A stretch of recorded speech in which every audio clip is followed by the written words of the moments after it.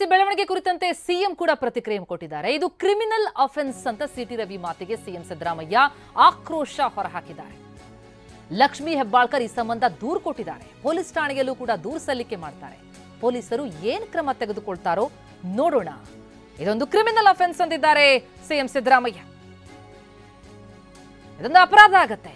Police ಠಾಣೆಯಲ್ಲೂ ಕೂಡ ದೂರು ಸಲ್ಲಿಕೆ ಮಾಡ್ತಾರೆ ಹೆಬ್ಬಾಳ್ಕರ್. ಪೊಲೀಸರು ಏನು ಕ್ರಮ ತೆಗೆದುಕೊಳ್ತಾರೋ ನೋಡೋಣ ಅನ್ನೋದು ಘಟನೆ ಕುರಿತಂತೆ ಸಿಎಂ ಪ್ರತಿಕ್ರಿಯೆ. It amounts to criminal offense. ಅವರು ಲಕ್ಷ್ಮೀ ಹೆಬ್ಬಾಳ್ಕರ್ ಅವರು ಕಂಪ್ಲೇಂಟ್ ಕೊಟ್ಟಿದ್ದಾರೆ. ಸಭಾಪತಿ ಕಂಪ್ಲೇಂಟ್ ಕೊಟ್ಟಿದ್ದಾರೆ. ಪೊಲೀಸ್ ಸ್ಟೇಷನ್ಗೂ ಕಂಪ್ಲೇಂಟ್ ಕೊಟ್ಟಿದ್ದಾರೆ. ಪೊಲೀಸ್ನವ್ರು ಏನು ಕ್ರಮ ತಗೋತಾರೆ ನೋಡ್ಬೇಕು.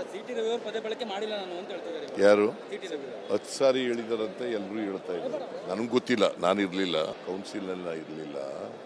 ಬಟ್ ನನಗೆ ಬಂದು MLAಗಳೆಲ್ಲ ಕೌನ್ಸಿಲ್ ಮೆಂಬರ್ಗಳೆಲ್ಲ ಬಂದು ಹೇಳಿದ್ದಾರೆ, ಭಾಳ ಕೆಟ್ಟ ಪದ ಬಳಸಿದ್ದಾನೆ ಅಂತೇಳಿ.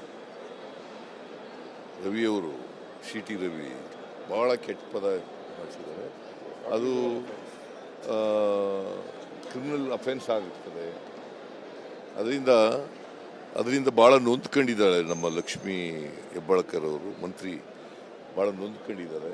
ನೊಂದ್ಕೊಂಡು ಅವ್ರ ಮೇಲೆ ಒಂದು ರೀತಿ it is a sexual harassment ಇದ್ದಾಗಿ, ಸೆಕ್ಶುವಲ್ ಹರಾಸ್ಮೆಂಟ್. ಅದಕ್ಕೆ ಕಂಪ್ಲೇಂಟ್ ಕೊಟ್ಟಿರ್ಬೋದು ಅಂತ ಅನ್ಕೊಂಡಿದ್ದೀನಿ ನಾನು. ಕೊಟ್ಟಿದ್ದಾರೆ. ಅದ್ರ ಪೊಲೀಸ್ನವರು ಕ್ರಿಮಿನಲ್ ಆಕ್ಷನ್ ಮಾಡ್ತಾರೆ. It amounts